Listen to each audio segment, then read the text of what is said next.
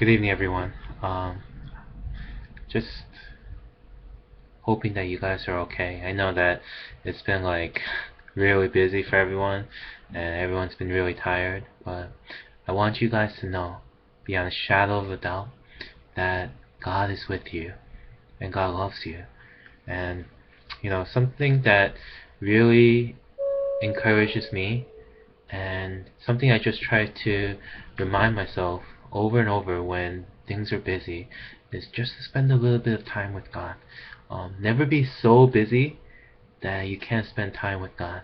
And I'm just going to share the main point from this past Saturday's small group meeting. And it finished up um, in part 2 from pages 44 to 49. But I'm just going to read the main point of this chapter.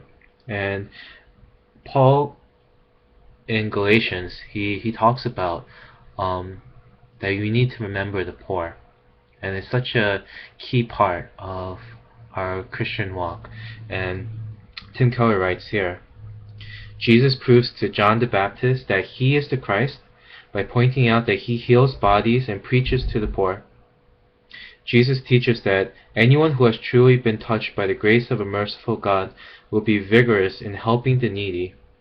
God will judge whether or not we have justifying faith by looking at our service to the poor, the refugee, the sick, and the prisoner.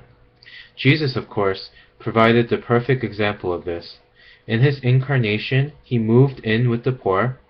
He lived, ate, and associated with the lowest class of society. He called this mercy. The Bible demands that we emulate him. Christians are to open their hands to the needy as far as there is need. And within the church, wealth is to be shared very generously between rich and poor.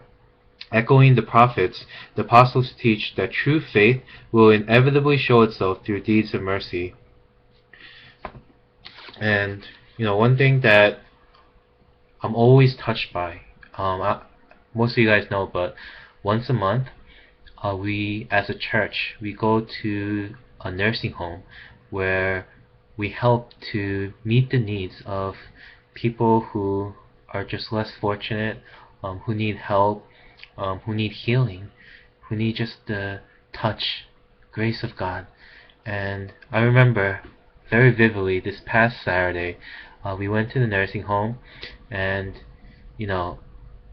people may think that they are the ones that are being blessed, but I am the one being blessed. I am so touched by, whenever I go there, just the pureness, just their heart in worshiping and seeking after God.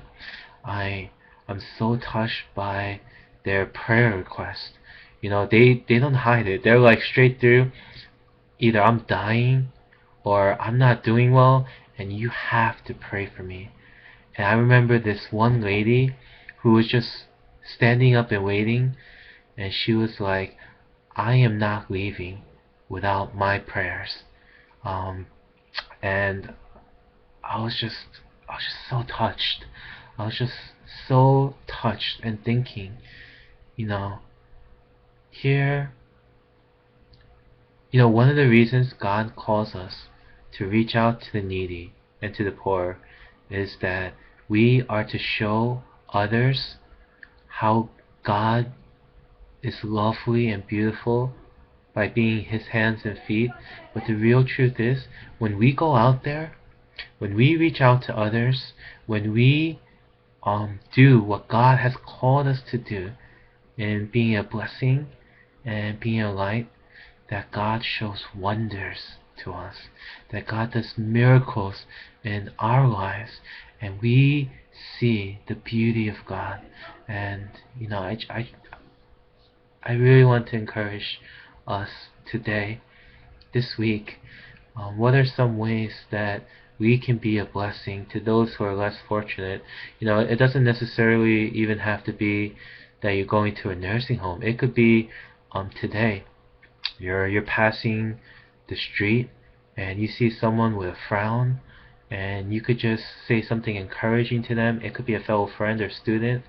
It could be you're passing by someone who looks devastated, and you tell them, "Can I pray for you?" Just small blessings like that. How are we being used by God today? Remember that the world will know who God is by our love. It's an awesome, awesome privilege that we have, and let's take full responsibility of the blessing of everything that God has given to us. I'm praying for you guys, and I want you guys to know that you're not alone. Do your best. Remember, God's with you.